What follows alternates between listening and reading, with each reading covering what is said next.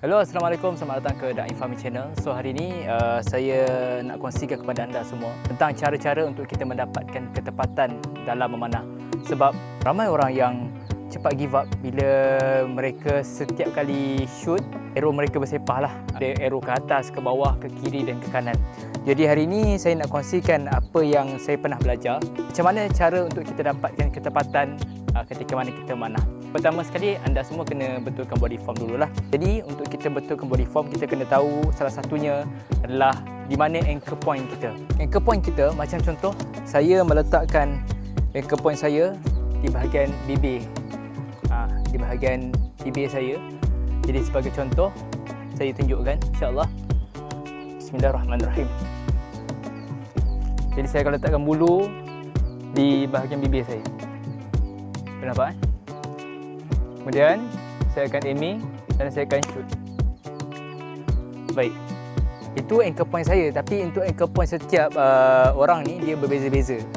Jadi bagaimana untuk kita nak cari itu kena berlatih setiap hari jugalah. Kedua, dekat mana kita nak aiming di busur kita. Sama ada kita nak meletakkan arrow kita ataupun bullet ni di target ataupun macam mana. Macam cara saya, dulu saya menggunakan anchor point mata. Saya menggunakan anchor point mata dan saya akan letakkan hujung mata arrow saya dekat target. Kemudian saya akan lepaskan. Adakah boleh guna cara ni? Cara ni pun boleh digunakan, tetapi ada banyak lagi cara sebenarnya. Dia kita bergantung pada setiap individu lah. Jadi kalau ada individu nak guna anchor point mata, nak menggunakan anak panah ataupun arrow sebagai rujukan ataupun aiming point, jadi boleh atau tidak ada masalah. Saya sangat selesa menggunakan kedua-dua aiming point lah. Untuk anchor point di bahagian mulut, saya akan meletakkan bahagian macam contoh kat busur saya ni, dia dah ada balutan. Jadi balutan ini menentukan dekat mana saya punya aiming point saya. Saya tak menggunakan arrow. Saya menggunakan balutan ini sebagai saya punya aiming point, di mana saya letakkan aiming saya dekat target. Sebagai contoh, saya tuan-tuan nampak Okey, ini contoh target saya. Minta maaf ya, target hancur sikit. Jadi kalau kita menggunakan anchor point di mata, saya akan menggunakan arrow saya ataupun hujung mata ni, bullet ni, kita panggil bullet. Bullet ini saya akan luruskan dan selari dengan target. Ini sebab saya menggunakan teknik thumb teknik thumb draw. Tapi kalau saya menggunakan anchor point di bibir tadi, saya akan menggunakan busur saya. Saya tak akan menggunakan arrow. Saya akan gunakan busur saya sebagai rujukan. Jadi sebagai contoh, kalau untuk jarak 5 meter ke 10 meter, saya akan menggunakan lebih kurang panjang ni. Ini apa kita kena praktis sendirilah, kita kena cari sendiri di mana aiming point kita. Jadi saya punya untuk jarak 5 meter ke 10 meter, untuk jarak dekat 5 ke 20 meter, saya akan gunakan paras sendirilah. Jarak daripada arrow dengan busur ni. So saya akan meletakkan bahagian sini dekat aiming point saya. Ini kalau anchor point saya berada di bibir. Nampak tak? Dia agak jauh sikit.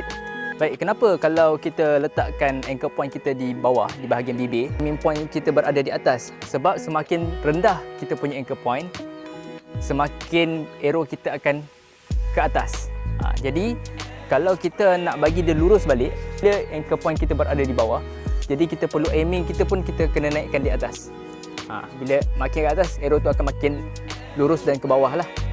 Tapi kalau kita menggunakan anchor point yang di bawah, tetapi kita masih menggunakan bullet kita sebagai aiming point, arrow kita akan pergi ke atas. Itu akan membuatkan arrow kita tersasar sangat jauh lah. Jadi untuk mencari aiming point ni, anda semua kena praktis dengan jarak dekat dulu. Jangan berlatih dengan jarak jauh dan guna target yang besar. Saranan saya lah, kalau nak berlatih indoor, guna target yang sangat besar dan berlatih pada jarak yang dekat untuk kita dapatkan grouping dan juga ketepatan.